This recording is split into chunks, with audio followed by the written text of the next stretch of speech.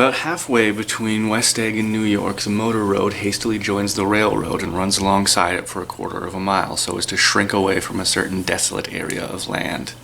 This is the Valley of Ashes, a fantastic farm where ashes grow like ridges, like ashes grow like wheat into ridges and hills, and grotesque gardens where ashes take the form of houses and chimneys and rising smoke, and finally, with transcendent effort, take the form of ash-gray men who move dimly and already crumbling through the powdery air. Occasionally, a line of gray cars crawls along an invisible track, lets out a ghastly creak, and comes to rest. And immediately ash-gray men with leaden spades swarm up and stir up an impenetrable cloud which screens their obscure operation from your sight. But above the gray land and the spasms of bleak dust which drift endlessly above it, you perceive, after a moment, the eyes of Dr. T.J. Eckelberg. The eyes of Dr. T.J. Eckelberg are blue and gigantic. The retinas are 1 yard high, and they look out of no face, but instead out of a pair of enormous yellow spectacles, which pass over a non-existent nose. Evidently, some wild wag of an oculist had set them there to fatten his practice in the borough of Queens, and then sank down himself into eternal blindness, or else forgot them and moved away. But his eyes, dimmed a little by many paintless days of sun and rain, brood on over the solemn dumping ground. The Valley of Ashes is bounded on one side by a small foul river, and when the drawbridge is up to let the barges through, passengers in the waiting trains can stare at the dismal scene for up to half an hour. There's always a pause here. There's always a halt here. Always a pause or a halt. Of at least a minute. And it was because of this that I first met Tom Buchanan's mistress. The fact that he had one was insisted upon wherever he was known. His acquaintances resented the fact that he turned up in popular cafes with her and, leaving her at a table, sauntered about, chatting with whomsoever he knew. Though I did not want to meet her, I was curious to see her. Though I was curious to see her, I did not want to meet her. But I did. I was taking the train. I went up to New York with Tom on the train one afternoon, and when we stopped at the ash heap, he leapt to his feet. "Come on," he said, taking hold of my elbow. "I want you to meet my girl." "We're getting off," he said, taking hold of my elbow. "I want you to meet my girl."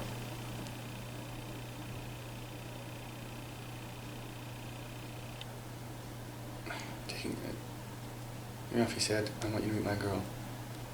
And taking hold of my elbow practically forced me from the car. I think he'd tanked up a good deal at luncheon, and his determination to have my company bordered on violence. The supercilious assumption was on a Sunday afternoon I had nothing better to do.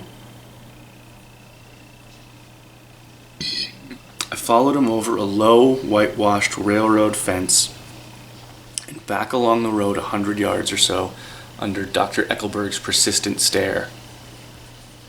The only buildings in sight was a small square of yellow brick on the edge of the wasteland, a sort of compact main street ministering to it and contiguous to absolutely nothing.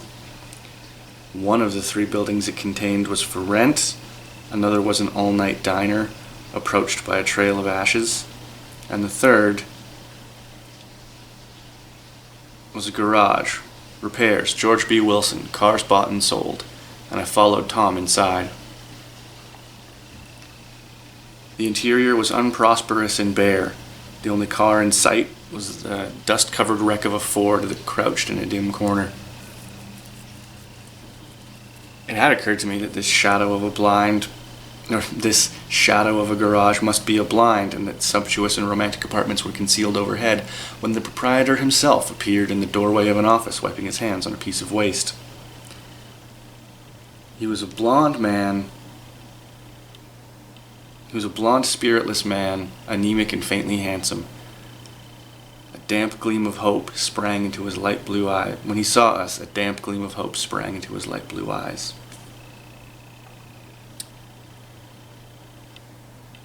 "Hello, Wilson, old boy," said Tom, clapping him jovially on the shoulder. He slapped him jovially on the shoulder. "How's business?" "I can't complain," said Wilson unconvincingly. "When are you going to sell me that car?" "Next week. I've got my man working on it now." "Works pretty slow, don't he?" No, he doesn't," said Tom coldly. "And if you feel that way about it, maybe I'd better sell it to someone else after all." "I didn't mean that," said Wilson quickly. Then his voice trailed off. Said Wilson quickly. "I just meant that." His voice trailed off. Tom looked impatiently around the garage. Then I heard footsteps on a stair, and the thickish figure of a woman blocked out the light from the office. She was in her middle 30s and faintly stout, but she held her flesh sensuously as some women could. Her face, above a blue dress of spotted dark blue crepe de chine, contained no facet or gleam of beauty, but there was an immediately perceptible vitality about her, as if all the nerves of her body were continually smoldering.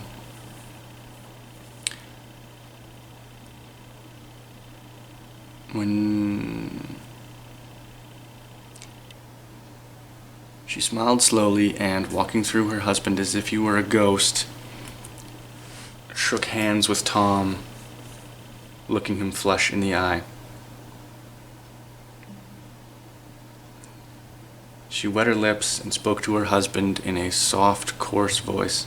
"Get some chairs, why don't you, so somebody can sit down." "Oh, sure," said Wilson, and hurried off in the direction of the office, mingling immediately with the cement color of the walls.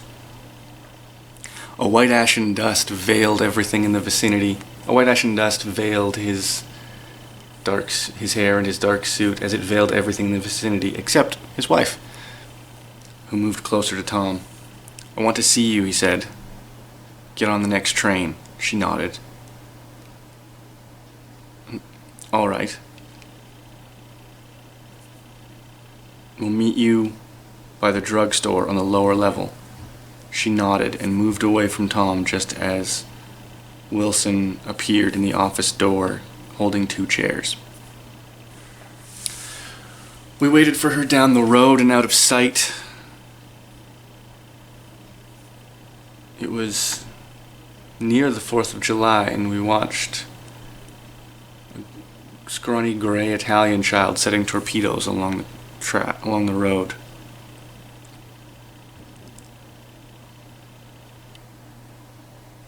"Awful, terrible place, isn't it?" said Wilson, exchanging a frown with Dr. Eckelberg. "It does her good." "Awful," I said. "It does her good to get away." "Doesn't her husband object?" "Wilson? He thinks she goes to visit her sister in New York.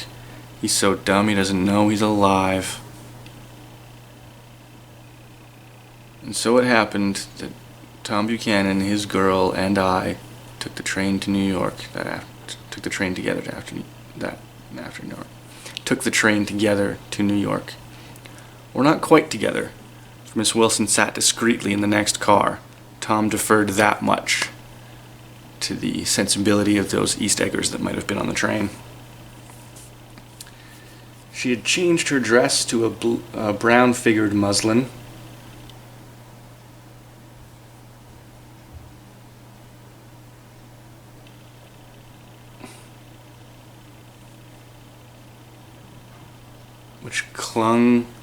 which stretched tight over her rather wide hips as Tom helped her down to the platform in New York. At the newsstand, she bought a copy of the Town Tattle and some of the Broadway scandal sheets, moving pictures magazines. And at the drugstore, she bought a small flask of some cold cream and a small flask of perfume. In the solemn, echoing drive, she let 4 taxis drive away before selecting a new one, lavender in color with a gray interior. And in this we moved out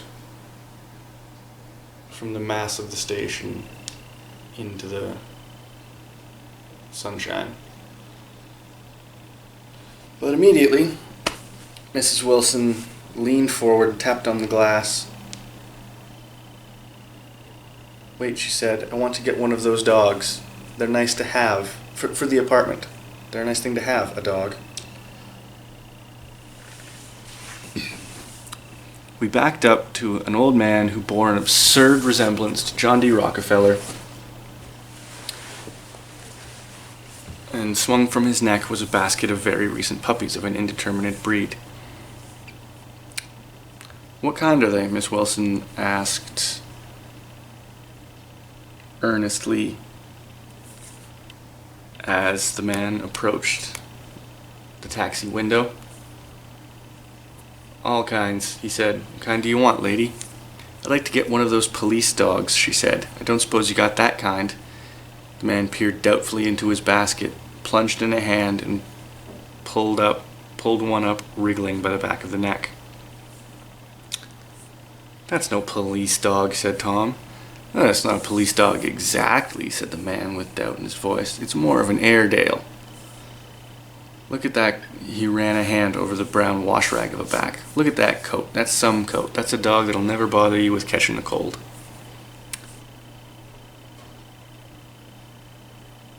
The Airedale. Surely there was some Airedale mixed up in it somewhere, though its paws were shockingly white.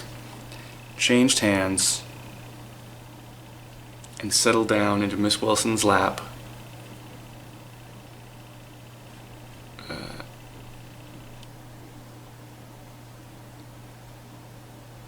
Where she fondled the weatherproof coat with rapture. "I think it's cute," she said. "Is it a boy or a girl?" "That dog? It's a boy," said the man. "Oh, how much is it?" That dog will cost you $10. "I think it's cute. Is it a boy or a girl?" she asked earnestly. I'm fucking this whole thing up. "That dog? That's a boy. It's a bitch," said Tom. "Here's your money. Go and buy 10 more dogs with it."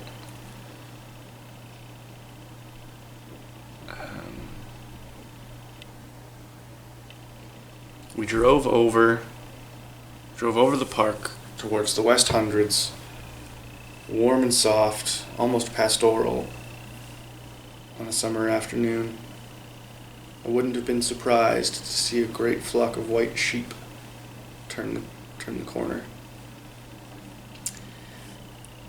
"Hold on," I said. "I've got to leave you here."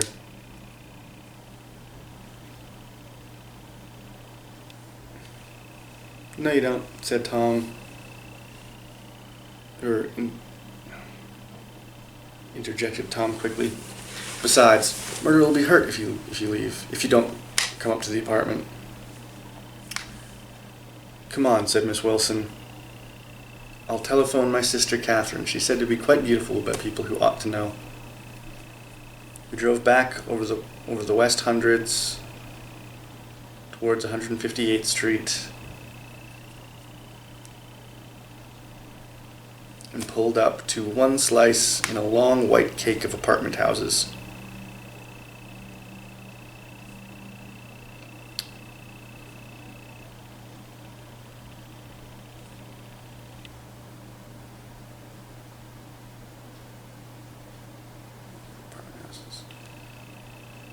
Throwing a regal homecoming glance around the neighborhood, Miss Wilson gathered up the dog and her other purchases and went haughtily in. As we rose in the elevator, I'm going to have the McKees come up, she announced as we rose in the elevator, and of course I've got to telephone my sister.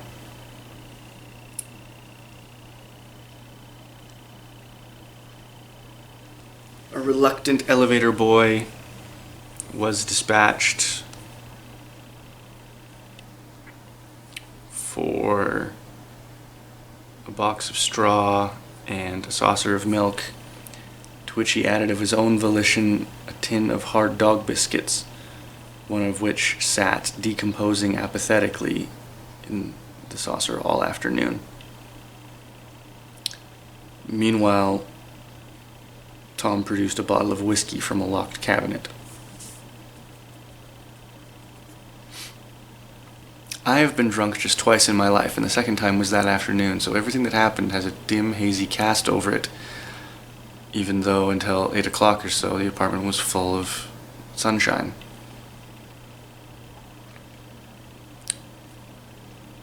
Oh, I missed a bunch of shit, didn't I? Yeah. The apartment was on the top floor. A small living room, a small dining room, a small bedroom, and a bath.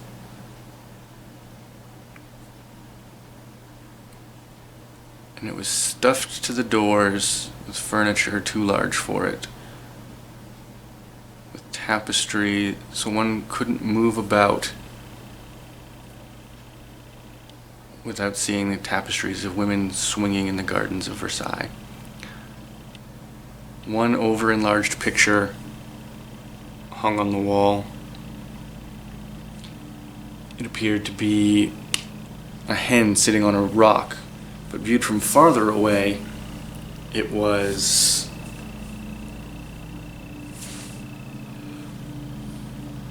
the countenance revealed itself. The hen revealed itself to be a bonnet, and the rock to be the countenance of a woman. That's in there somewhere. Fucking bad at this. Anyway, I've been drunk just twice in my life.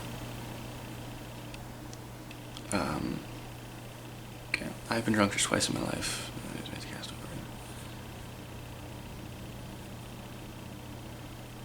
Everything has a dim, hazy cast over it. First, there were no cigarettes, so I went to the drugstore on the corner to get some. When I returned, Tom and Myrtle, after our first drink we called each other by our first names, had disappeared. So I sat discreetly in the living room and read a chapter of Simon Called Peter. Oh, I missed that part too. Fuck.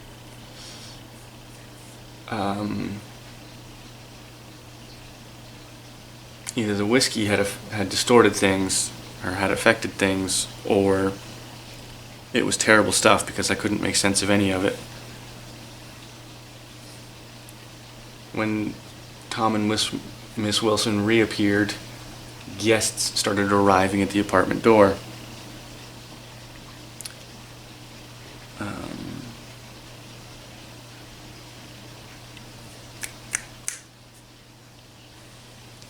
Mr. McKee was a slender, feminine man. Oh, the sister, Catherine, was a slender, worldly girl of about 30, with a solid, sticky bob of red hair and complexion powdered milky white.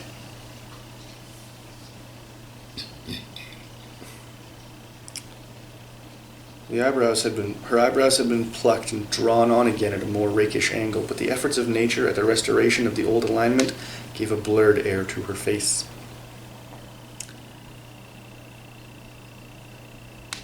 When she moved, innumerable pottery bracelets jangled up and down her arm.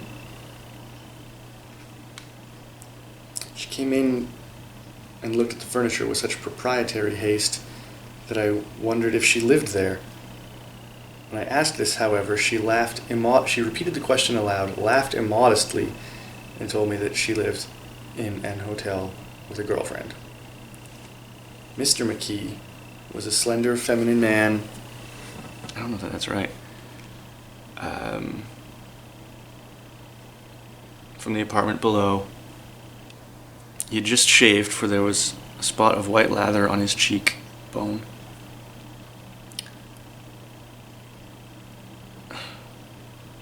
And he was most respectful in his greetings to everyone in the room.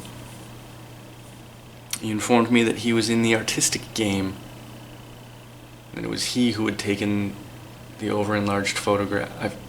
He's in the artistic game. I found out later that he was a photographer, and it was he who had taken the over-enlarged photograph of Miss Wilson's mother that stared down, that hung on the wall and stared down into the room like an ectoplasm.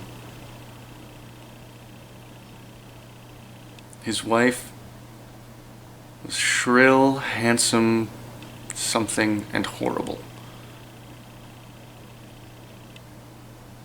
She informed us that her husband had photographed her 127 times.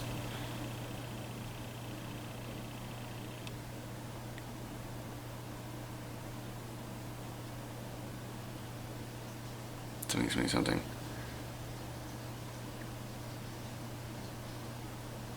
Mrs. Wilson had changed her costume again. Mrs. Wilson had changed her dress again, and with the change of costume came a change of attitude. Gone was the vitality from the garage.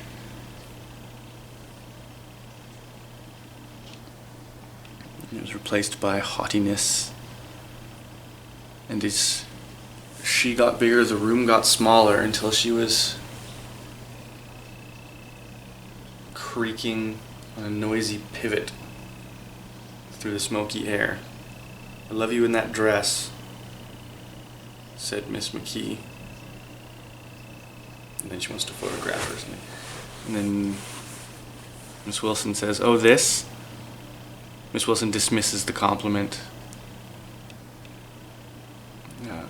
"This? I just throw this on when I don't care what I look like." Miss Wilson rejected the compliment. I think that's all I got.